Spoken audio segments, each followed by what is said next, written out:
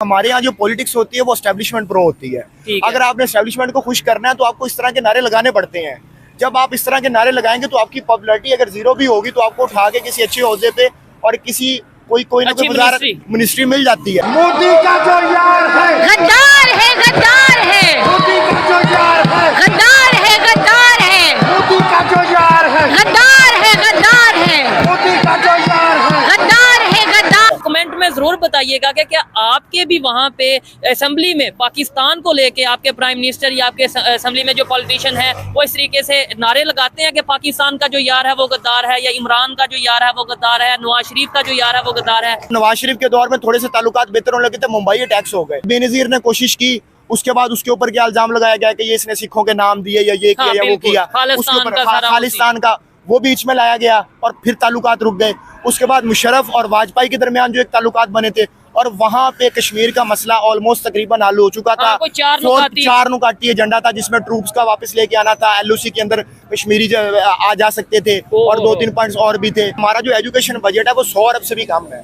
अच्छा, 3 फिगर हमारा education budget नहीं है, जबकि हमारा डिफेंस बजट 1800 अरब रुपए है। अब मुझे बताएं कि हमने 1800 अरब रुपए का डिफेंस बजट का क्या करना है। अगर हमारे इंडिया के साथ अच्छे ताल्लुकात हो जाए तो हम वो 1800 अरब जो है वो अपनी एजुकेशन पे लगाएं। ईरान के साथ वो चाबहार बना रहे हैं, ठीक है, इंडिया वाले ठीक है।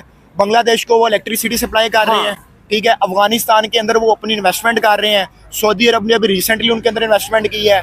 यूए ने उनको सिविल अवार्ड दिया है, इजिप्ट ने दिया है, ठीक है। उसके बाद आप रशिया यूक्रेन की तरफ आ जाए, रशिया के साथ भी उनके ताल्लुकात अच्छे हैं, हालांकि अमेरिका ने सेक्शंस लगाई हुई हैं, उसके बावजूद वो रशिया से तेल ले रहे हैं, ठीक है। यूक्रेन के प्राइम मिनिस्टर ने ये स्टेटमेंट दी है। पाकिस्तान के अंदर सबसे ज्यादा आसान गद्दारी का फतवा लेना है और काफिर होने का फतवा लेना है, ये आपको बड़ी आसानी से मिल जाता है। उसके लिए आपको 4 लफ्ज़ बोलने की जरूरत है, क्या, ठीक है। और वो ये अगर आपने गद्दारी का फतवा लेना है तो आप कह दो कि इंडियन प्राइम मिनिस्टर मोदी ने कोई फलाना अच्छा काम कर दिया तो आप इंडियन एजेंट है और आप गद्दार हैं, ठीक है। और अगर आपने काफिर का फतवा लेना, आप सिर्फ इतना कह दे कि माइनॉरिटीज के ऊपर जुल्म मत करें। कल पाकिस्तान की पंजाब असेंबली में इस तरह के नारे लगे कि जो मोदी का यार है वो गद्दार है। मैं पाकिस्तानियों तुमसे पूछना चाहता हूँ कि तुम्हें किसी पागल कुत्ते ने काटा है क्या है? ना मोदी तुम्हारे बारे में बात करता है, ना हमें तुम्हारे से कोई मतलब है, ना हमारा देश तुम्हारी किसी भी पॉलिसीज में इंटरफेयर करता है।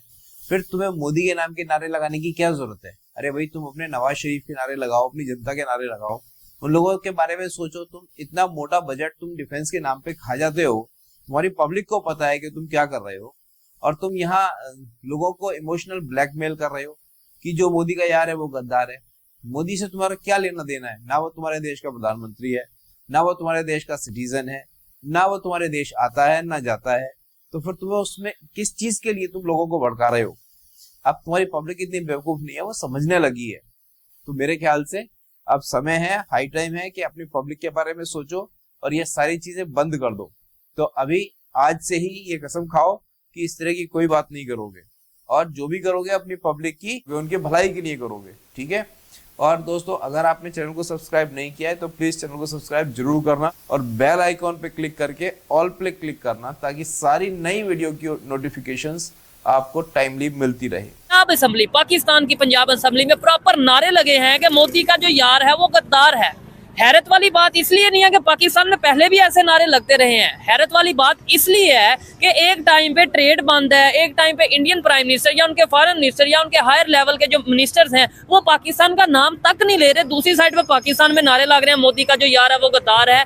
पूछे, सवाल ये बनता है कि पाकिस्तान में इस टाइम यार कौन है? ट्रेड तो हो नहीं रही। अस्सलाम वालेकुम दिलशाद भाई। वालेकुम सलाम। कैसे हैं आप? अल्लाह का करम। दिलशाद भाई, आपने भी वो वीडियो क्लिप देखा होगा, पंजाब असेंबली में प्रॉपर नारे लग रहे हैं मोदी का जो यार है वो गद्दार है। क्या कहना चाहेंगे? पहले तो ये बताएं, इस टाइम में पाकिस्तान में Indian prime minister Narendra Modi का यार है कौन है? सबसे पहले तो मैं ये सवाल पूछना चाहूंगा कि कौन है पाकिस्तान में जो यारी लगाना चाहता है मोदी के साथ।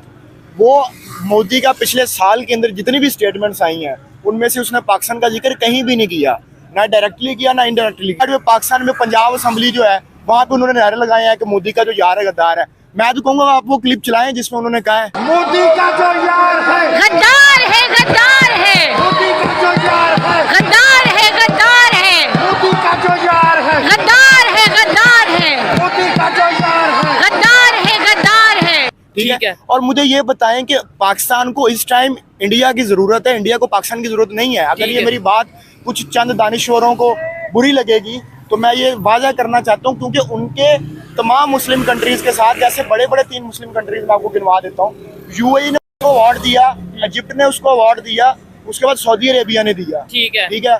और पाकिस्तान का ये हाल है कि पाकिस्तान ने इस साल 46 अरब डॉलर जो है ना वो वापस करने हैं कर्जे के। हाँ। और पाकिस्तान के जो फॉरेन एक्सचेंज रिजर्व हैं वो 9 अरब डॉलर है। ठीक हो अब गया। मुझे तो ये नहीं समझ आ रही कि ये बाकी पैसे आप कहाँ से देंगे, और ऊपर से आप अपना इमेज ये दिखा रहे हैं कि आप अपनी असेंबलीज के अंदर अपने जो नेबर्स कंट्रीज के साथ आप ये सलूक कर रहे हैं। नहीं ठीक है, एक कोई इशू हुआ हो ना, लेट्स सपोज दिलशाद भाई, लेट्स सपोज कोई बॉर्डर के ऊपर कशीदगी हो गई हो, कोई वहां से कोई ऐसी खबर आई हो, लेट्स सपोज मैं कहता हूँ इंडियन प्राइम मिनिस्टर ने कोई ऐसी स्टेटमेंट दी होती कि भाई हम पाकिस्तान के लिए ये बुरा चाहते हैं, या कोई गलत स्टेटमेंट दी होती पाकिस्तान को लेके, यहाँ पे नारे लगते, कहीं ना कहीं समझ आती कि भाई उधर से एक एक्शन हुआ, यहाँ से रिएक्शन। और भाई वो बात नहीं कर रहे, वो नाम नहीं ले रहे, और हम जो सा यहाँ पे हर एक को टैग लगाई जा रहे हैं, ये मोदी का यार है, ये मोदी मीडिया है, ये मोदी मीडिया है। असल में ना हमारे यहाँ जो पॉलिटिक्स होती है ना, बेसिकली ये पंजाब असेंबली में वाकया पेश आया, और हमारे यहाँ जो पॉलिटिक्स होती है वो एस्टेब्लिशमेंट प्रो होती है। अगर आपने एस्टेब्लिशमेंट को खुश करना है तो आपको इस तरह के नारे लगाने पड़ते हैं। जब आप इस तरह के नारे लगाएंगे तो आपकी पॉपुलैरिटी अगर जीरो भी होगी तो आपको उठा के किसी अच्छे ओहदे पे और किसी कोई ना कोई वजारत मिनिस्ट्री मिल जाती है।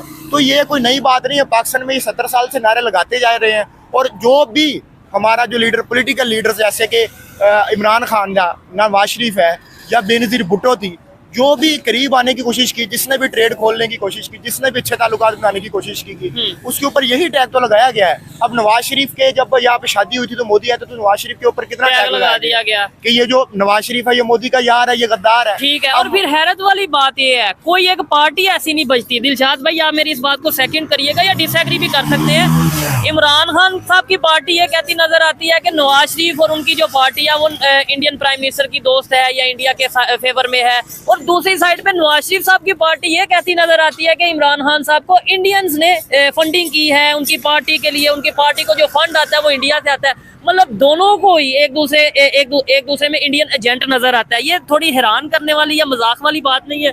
देखिए इंडियन एजेंट इसलिए नजर आता है ना क्योंकि हमारी जो पॉलिटिक्स है वो बेसिकली इंडियन एक तो इस मामले पे चलती है, और दूसरा एस्टेब्लिशमेंट का बीच में रोल होता है। और एस्टेब्लिशमेंट जब तक पाकिस्तान के अंदर मौजूद है कभी भी नहीं पाकिस्तान और इंडिया के ताल्लुकात बेहतर हो सकते।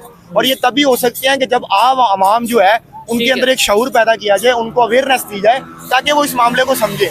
और जब तक ये मामला चलता रहेगा मुझे नहीं लगता कि ये चीजें ठीक होंगी। लेकिन अब अब ये दोनों तरफ से नारे इसलिए लगाए जाते हैं ताकि हम एस्टेब्लिशमेंट के और करीब हो जाए, एस्टेब्लिशमेंट की गोद में जाके बैठ जाए। क्योंकि एस्टेब्लिशमेंट की गोद में जाके बैठेंगे तो आपको रिवार्ड हुकूमत के तौर पे मिलेगा, और वो हुकूमत एक पपिट होगी। ठीक है। नहीं, एक पर्सपेक्टिव ये भी था कि भाई नवाज शरीफ की गवर्नमेंट आएगी, उनकी गवर्नमेंट आएगी तो इंडिया के साथ रिलेशन बेहतर हो जाएंगे, एटलीस्ट ट्रेड दोबारा से रिज्यूम हो जाएगी। लेकिन आपको लगता है कि ऐसे अगर नारे लगेंगे तो ट्रेड दोबारा से हो पाएगी? और दूसरे नंबर पे मुझे ये क्लियर नजर आ रहा है कि जब तक हमारे यहाँ पे पॉलिटिकल स्टेबिलिटी हकीकी मायनों में नहीं आएगी, जब तक वाकई में इंटरनेशनल लेवल पे ये चीज क्लियर नहीं होगी हाँ भाई पाकिस्तान में पॉलिटिकल स्टेबिलिटी है, इंडिया पहल नहीं करेगा ट्रेड के लिए, क्योंकि उसे अब जरूरत है नहीं। जो मुझे नजर आता है, मैं गलत भी हो सकता हूँ।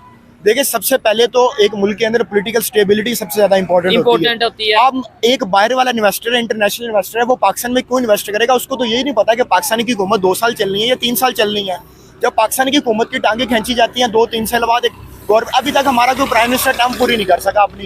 कोई भी असेंबलियां हैं, ये शुक्र है कि पिछले 2-3 असेंबलियां जो है उन्होंने अपनी टर्म पूरी की है, लेकिन पिछली असेंबली जब की असेंबली तोड़ी गई है। ठीक है। तो जब तक आप पॉलिटिकल स्टेबिलिटी नहीं लेके आएंगे कोई भी मुल्क आपसे बात करने को तैयार नहीं होगा। अभी आप देखेंगे दूसरे जो मुल्क हैं वो अपने दूसरे हमसाया मुल्कों के साथ अच्छे ताल्लुकात बनाने की कोशिश कर रहे हैं, और हमारा मुल्क जो है वो अभी पिछले 2-3 हफ्तों से IMF के साथ मुआहदे कर रहा है ट्रेंच लेने के लिए। तो ये प्रायोरिटीज भी तो आप देखें ना कि उनकी प्रायोरिटीज क्या और हमारी प्रायोरिटीज क्या है। अब वो अब जो मोदी है उसने पिछले मेरे ख्याल साल के अंदर 20 मुल्क के विजिट किए हैं, G20 वहाँ पे हुआ, सऊदी अरब ने अरबों डॉलर की जो है वो इन्वेस्टमेंट की है अभी रिसेंटली। ठीक है। और यूएस का स्टेट विजिट था। उसके बाद जो अब ये अंबानी के बेटे की जो वेडिंग हुई है उसके अंदर कितने इंटरनेशनल लोग आए हैं। तो देखें जब इस तरह उनकी प्रायोरिटी चेक करें और हमारी चेक कर लें कि हम अभी भी उन 75 साल के घिसे पिटे नारे, अमेरिका का जो यार है वो गद्दार है, इंडिया का जो यार है वो गद्दार है, जो करवा रहा है वो अमेरिका करवा रहा है, तो आप ये नारे जब तक ये लॉलीपॉप लोगों को देते रहेंगे। और कश्मीर, हमारा मेन मसला उनके साथ कश्मीर वाला जो हमें बताया जाता है, मैं समझता हूं कश्मीर का भी मसला कोई नहीं, ये बनाया गया है। कश्मीर का मसला बेसिकली बनाया गया है, वो इसलिए बनाया गया क्योंकि देखे ना हमारा सिर्फ मसला टसल चलती आ रही है इंडिया के साथ, और उसके लिए हमें डिफेंस बजट यूज करना पड़ता है, और डिफेंस बजट हमारा सबसे ज्यादा है। आप ये यकीन माने कि मैं इंडियन ऑडियंस को अपने को बताना चाहूँगा, पाकिस्तानी ऑडियंस को भी नहीं पता होगा कि हमारा जो एजुकेशन बजट है वो 100 अरब से भी कम है। अच्छा, 3 फिगर हमारा एजुकेशन बजट नहीं है, जबकि हमारा डिफेंस बजट 1800 अरब रुपए है। ओहो, अब मुझे बताएं कि हमने 1800 अरब रुपए का डिफेंस बजट का क्या करना है। अगर हमारे इंडिया के साथ अच्छे ताल्लुकात हो जाए तो हम वो 1800 अरब जो है वो अपनी एजुकेशन पे लगाएं, हेल्थ पे लगाएं। और हमारा हेल्थ का बजट भी 3 बजट से कम है।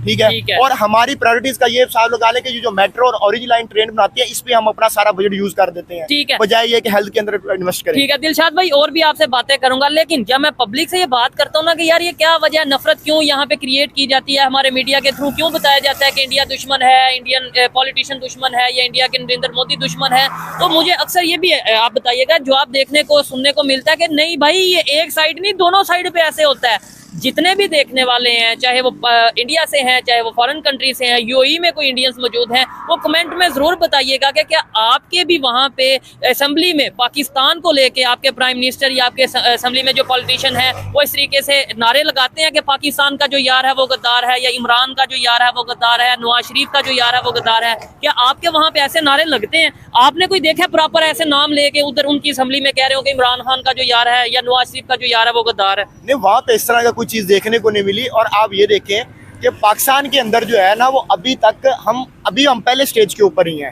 एम्ब्रियो स्टेज के ऊपर ही भी है अभी, कि हम अभी तक पॉलिटिकल स्टेबिलिटी नहीं लेके आ पा बिल्कुल, रहे। ठीक ये है। है, जो हमारा यहाँ पे अभी तक तो हमारी जमहूरियत हमने स्टार्ट ही नहीं की, अभी तो हमने स्टार्ट ही नहीं लिया, और वहाँ पे जमहूरियत पनप रही है। और देखें अपनी हुकूमत हर टर्म्स अपनी पूरी करती है, प्राइम मिनिस्टर अपनी टर्म पूरी करता है और वो मुल्क तरक्की भी कर रहा है। और हमारे यहाँ तो अभी तक, अब यहाँ पे देखेंगे जब भी पाकिस्तान और इंडिया के ताल्लुकात अच्छे होने लगते हैं, जब भी करीब आने लगते हैं, अब नवाज शरीफ के दौर में थोड़े से ताल्लुकात बेहतर होने लगे थे, मुंबई अटैक्स हो गए। अब मुझे बताएं कि मुंबई अटैक्स करवाने वाला बंदा कौन था और वो कौन लोग थे, और मैं उनको जानता हूँ लेकिन मैं बता नहीं सकता, ऑडियंस भी बेहतर जानती है। ठीक है। उसके बाद बेनजीर ने कोशिश की, उसके बाद उसके ऊपर क्या इल्जाम लगाया गया कि ये इसने सिखों के नाम दिए या ये किया या वो किया, उसके ऊपर खालिस्तान का वो बीच में लाया गया और फिर ताल्लुकात रुक गए।